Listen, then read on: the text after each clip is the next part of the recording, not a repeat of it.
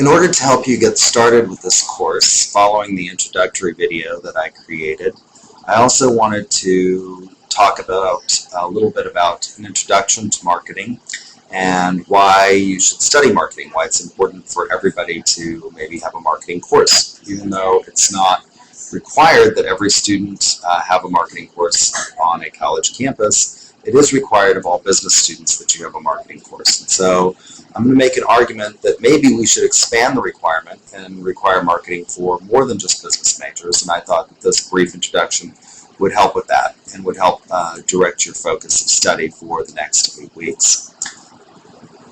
So why should we study marketing? Is marketing an art or is it a science? And the answer to that question is it's both. Marketing is an art in that it is an enormously creative process. For example, one of the things that everybody thinks about when they think about marketing is advertising. And obviously the creation of ads is enormously creative. However, we can also study marketing as a science in terms of determining what is it that people like, what they prefer most.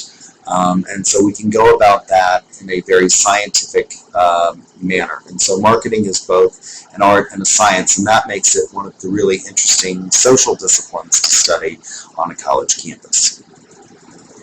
The view of marketing, since it is a science, has changed. And when we begin talking about an academic discipline, the first thing that we start to do with regard to the science is start to define the parameters. Marketing, unlike some of the other disciplines in the social sciences, is a relatively new academic pursuit. Historically, we can see marketing going on from the earliest civilization, but as a college-level academic discipline, it's fairly new. And so the definition of marketing itself is changing and evolving, and we can see that. In 1935, the American Marketing Association adopted the American Marketing Teachers Association definition of marketing. And that definition states that marketing is the performance of business activities that direct the flow of goods and services from producer to consumer. And I think what you should focus on in this definition is the very limited nature of the view of marketing at that point in time. Notice that they focus on the business activities that direct the flow of goods and services from producer to consumer. If you took a history of marketing course, what you would find is that a lot of the early marketing literature focused on the movement of goods, sort of the physical transportation of goods. A lot of logistics studies were conducted early on in marketing. Marketing was the bridge between two foundational disciplines, economics and psychology. And so there was a lot of focus in these early years of marketing on how we get goods from producer to consumer. And so that's reflected in this definition. I think the problem with this definition is that it doesn't focus on the fact that marketing is an enormously broad discipline that occurs in places that are not just business related. Marketing is constantly surrounding us. It is what I call a pervasive discipline, meaning that you cannot really escape it. And I think that's one of the things that makes marketing really interesting. The current definition of marketing is that from the American Marketing Association is that marketing is the activity, set of institutions and processes for creating, capturing, communicating, delivering, and exchanging offerings that have value for customers, clients, partners, and society at large. And I think this definition is more inclusive in that it acknowledges that not only businesses engage in marketing, but nonprofits engage in marketing, individuals engage in marketing. And it doesn't necessarily involve the exchange of goods. It could also be, for example, the exchange of ideas. In part of my research, I focus on political marketing. And so what is, for example, the currency in the political marketplace? Well, it's voting. It's an exchange of ideas, getting people to transfer their vote or give up their vote in the hope of electing a politician who brings certain ideas to the political arena. I still think that this definition ought to be broadened in that I think that I would add to this definition that marketing is a pervasive activity. It is a pervasive social activity, one that we cannot escape from. It occurs all the time. We are constantly bombarded by marketing images, and we ourselves constantly engage in marketing. I oftentimes tell my students that they will engage in marketing themselves when they go out into the job market and try to sell their services to an employer, and that their resume is fundamentally a marketing document. So I think you might want to think about that. One of the things that has emerged from marketing literature in recent decades is the idea of value co-creation.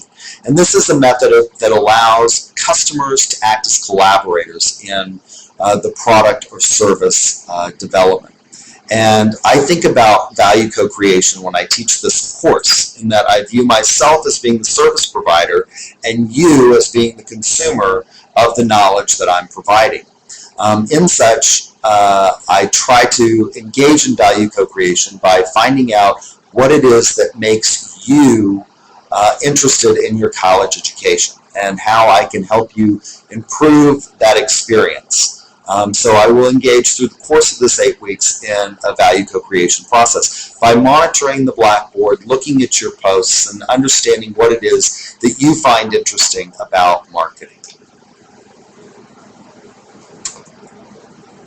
I want you to start thinking about the core aspects of marketing. And first of all, that marketing occurs in many settings. So again, we engage in it all the time. You market yourself to your friends. Businesses market to you. Businesses market to each other.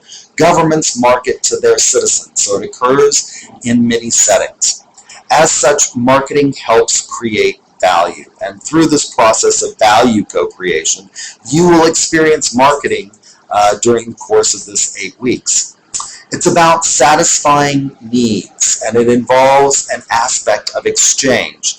The exchange doesn't necessarily have to be money. Again, it can be friendship, it can be votes, it can be getting people to support an idea, participate in a protest. We've seen over the last few years an enormous amount of marketing take place in the social marketing era, and the impact that Facebook has had in the marketing of ideas in places like the Middle East and the Arab Spring.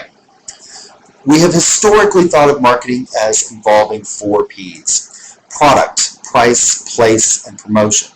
When we talk about product, we have to think about it in broad terms, not just a physical or tangible object, but an idea, a concept, a service that we can provide. Price, what is it that we are willing to give up? Doesn't necessarily have to be a dollar value, but the devotion of our time to an idea, the casting of our ballots in an election is a price component, for example, in marketing. Place, where does it occur? How do we get the goods, ideas, services, products that consumers, friends, other people in society want to them? And then how do we promote those ideas? Advertising, public relations, things like that. And finally, marketing is performed by both individuals and organizations. So this provides you with a brief overview of the marketing domain. I hope that you will enjoy this course over the next 8 weeks. Again, if you have any comments, concerns, or questions, please feel free to email me at gcagurre@nwosu.edu, or feel free to call me on my cell phone at 405-414-7054, or by Skype at grant.aguirre. Have a great day.